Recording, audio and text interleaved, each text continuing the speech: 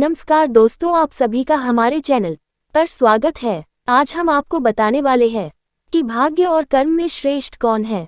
कुछ लोग मानते हैं कि भाग्य बड़ा होता है क्योंकि हमारे जीवन में जो भी घटनाएं घटित होती है वो हमारे भाग्य में पहले से ही सुनिश्चित होता है। उनका यह मानना होता है कि जो हमारे भाग्य में लिखा होगा वही होगा।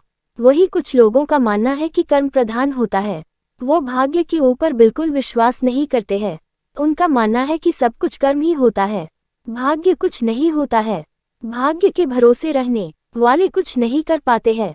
एक बार भाग्य और कर्म में बहस छिड़ी। भाग्य ने कहा कि मैं बड़ा हूँ, कर्म ने कहा कि केवल भाग्य के भरोसे रहने वाले कुछ नहीं कर पाते हैं, इसीलिए मैं बड़ा हूँ। दोनों में लगातार बहस बढ़ता ही जा रहा था। दोनों ने कहा कि ठीक है, हमारी समस्या का समाधान माता वैष्णो देवी ही करेगी। दोनों माँ वैष्णो देवी के पास गए।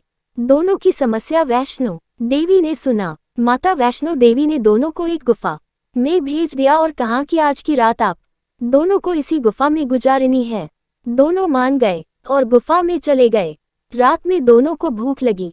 कर्म ने अपने लिए भोजन की तलाश करना शुरू कर दिया। भाग्य चुपचाप अपने ही स्थान पर बैठा रहा। उसका मानना था कि मेरे भाग्य में भोजन लिखा होगा तो मुझे मिल जाएगा। कर्म को ढूंढते ढूंढते एक चावल की बोरी मिली जिसमें चावल भरे थे। चावल के साथ साथ उसमें कनक भी भरे थे।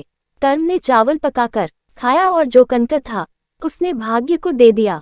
कुछ ही देर में वही कनक हीरे में बदल गए।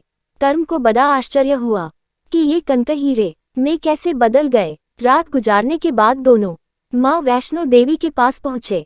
कर्म ने कहा कि हे माता, भाग्य केवल रात भर बैठा रहा, उसने कुछ नहीं किया, फिर भी उसे हीरे क्यों मिले। माँ वैष्णो देवी ने कहा कि कर्म और भाग्य दोनों ही अपने अपने जगह पर बड़े हैं।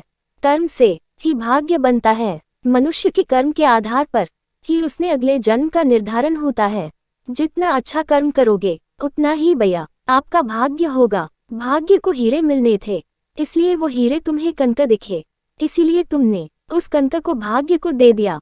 तुमने अपना कर्म किया, रात भर तुमने भोजन ढूंढा, इसीलिए तुमको भोजन मिला। तुम दोनों अपने अपने जगह पर श्रेष्ठ हो। तुम दोनों में न कोई छोटा है और न ही कोई बड़ा है। कर्म और भाग्य दोनों माँ वैष्णो देवी के उत्तर से संतुष्ट हो गए। अगर कहानी पसंद आई हो तो हमारे चैनल को लाइक एंड सब्सक्राइब जरूर करें और शेयर जरूर करें। धन्यवाद दोस्तों।